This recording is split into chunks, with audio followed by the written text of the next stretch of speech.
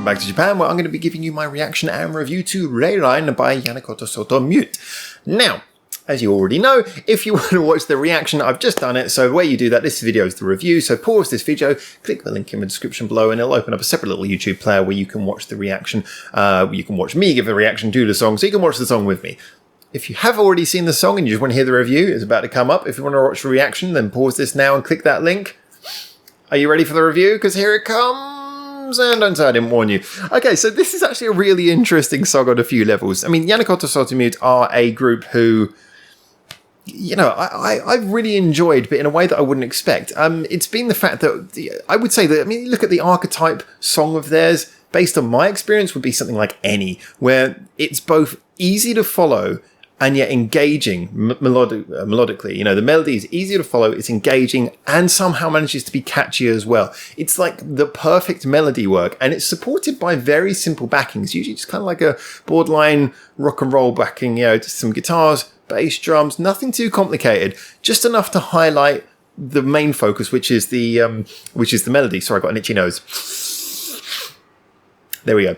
You didn't need to see that, but we edit nothing on this channel. So, as a result, that's kind of what I was looking for and what I was expecting. And I'm kind of happy to hear that after a few YSM songs, this is one that shows a strange variation and yet is still very them.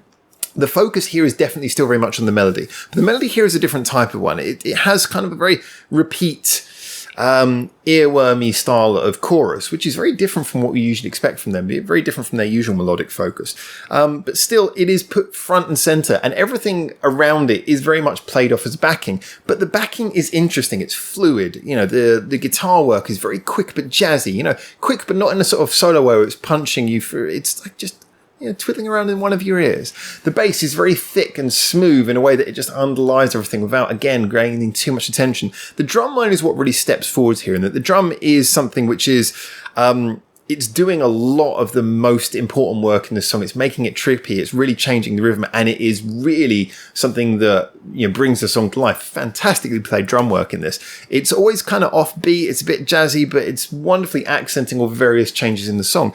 However, it's not a heavy drum beat. It's one of those ones where, again, it can just sort of flow in its own kind of strange and interesting and intricate way underneath the song without actually grabbing your attention. If you want to focus on the vocals, primarily on the vocal line, the drums are not going to take your attention away from it, and that's what's really interesting. I know it seems very strange to talk about the music being a backing to the vocals. However, there's so many songs where either the music is a backing because it's simple and just trying to stay out of the way, or where the music gets really complicated in these sorts of very musician-heavy songs and, you know, it does detract from the vocal line. The vocal line just becomes like a thing that's there. So, yeah, I do think it is worth saying and worth considering that it is beautiful how there's so much detail in the backing and yet how it so wonderfully plays as nothing more than a backing.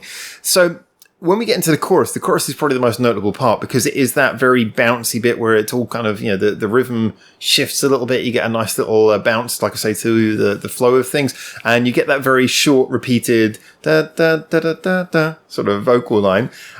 Yeah, it works. It's catchy. But like I say, if that had been played with very straight backing, it would be catchy in an irritating way. But it's played with such a nice flair, a nice touch to the instrument, a nice sort of tangibility, as I often say about that style of playing, that, you know, it feels fresh. Even if you hear it over and over again, it could potentially be irritating. It just feels fresh. And I think that's a really nice adaptation of their normal style. I mean, again, if you compare that to something like Any, the backing in Any is very straight shooting. And that's because the chorus is quite well developed in a way that it's not too repetitive, really. So as a result, the backing just needs to be there to sort of hammer home a bit of energy and build up the chorus line. In this one, it's more sort of trying to keep things fluid and staying a little bit on a trippy side so as not to make the, like I say, as I keep on drumming this point around, you know what I'm saying here, not to make the vocal line too repetitive.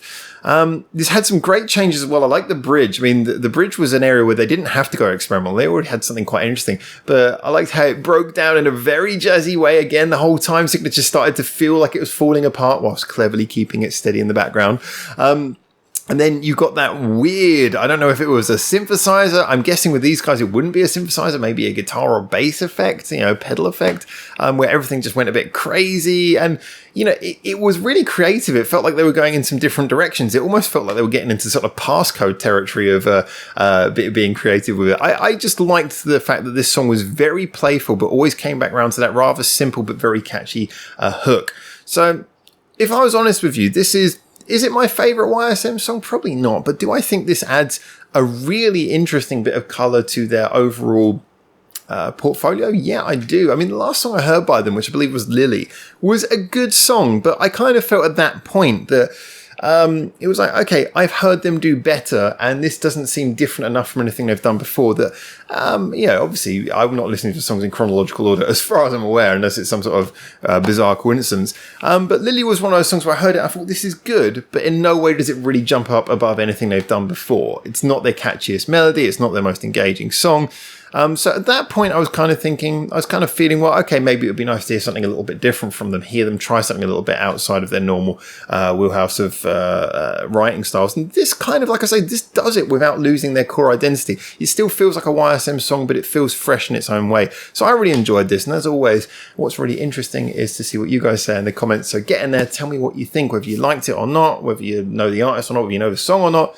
Get in there, tell us what you think, because the subjective opinion is what matters. You know that.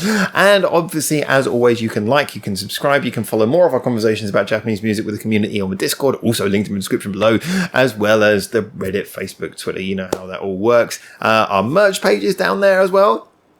And our Patreon's down there as well. Big thank you to our Patreon supporters for keeping the channel alive. And the more I say it, doesn't make it any less true. And until I hopefully see you very soon in Japan for the next one of these videos, for now, ciao, ciao.